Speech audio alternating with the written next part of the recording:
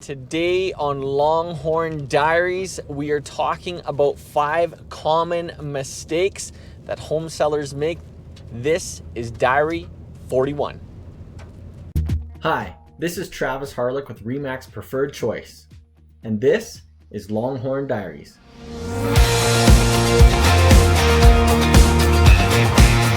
I'm going to be bringing you everything you need to know about the real estate world and more, all from the cab of my truck.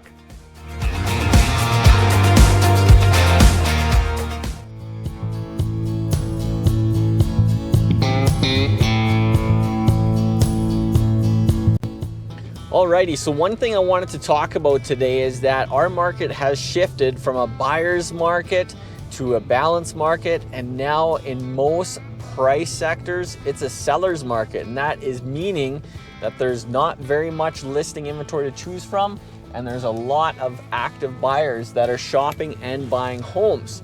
So in this kind of real estate environment, we're starting to see prices slowly increase. But what I wanted to talk about is that just because it's a strong seller's market, it doesn't mean that home sellers can ignore all of the best home selling practices when it comes time to list your home. Sellers do have the upper hand in this kind of market. They're definitely on the advantage side of the equation, but here are 5 common mistakes that you definitely want to avoid as a home seller. So mistake number 1 is a home seller that doesn't hire an agent. There's definitely more to successfully listing and selling a home than just taking a few pictures on your cell phone and posting it on your local classified website. What there is when you hire an agent is this is what we do every single day. So we're here to help you guide the entire home selling process and answer questions that come up along the way and questions you don't know to ask. This is vital when it comes down to appropriately listing your home for sale, pricing it at the right market value, and helping you navigate the entire process that meets your goals in the home selling process. There's been many studies in the past done that the average sale price of a home that's been represented by a professional realtor has outpaced those of people that have chosen to sell their homes themselves. And that's for many reasons, including doing the right market evaluation to meet your goals, and in the end that's going to net you the most money in your pocket. If there is a difference in a few $1,000s, you just got to ask yourself whether the juice is worth the squeeze to you having to do all of the work versus a professional that does this every single day, and if you were to sell it yourself, any potential costs that come up because of your lack of experience with home sales. Mistake number 2 is hiring the wrong agent. This is an expansion to mistake number 1. The way that I look at it is that it's always teamwork between you as the home seller and the realtor. You got to find someone that jives with you the best, and it's a two-way street. The seller's got to be comfortable and the realtor's got to be comfortable, because in the end, it takes teamwork to make the dream work and to make sure that your goals are met along the way. So oftentimes the best agent for you and your family is going to be taken from referrals or recommendations from trusted sources that have experience, and to interview a few realtors to see who jives the best with you and your family. Mistake number 3 is not getting your home ready to sell.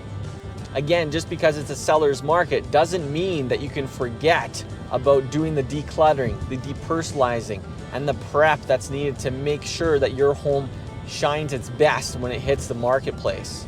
It's still very important to fix any visible issues, whether that's cosmetic or other defects in the home. This is going to help your first impression when a buyer comes through your home for the very first time. That's ultimately going to result in a higher sale price for you if more of these visual defects have been taken care of properly.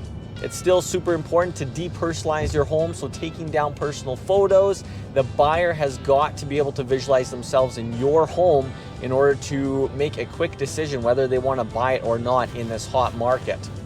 Number 4 mistake is underestimating the cost. So one of the first factors to consider is that, there's that old saying that you gotta spend money to make money. I do believe that this is true for most times when you go to sell your home.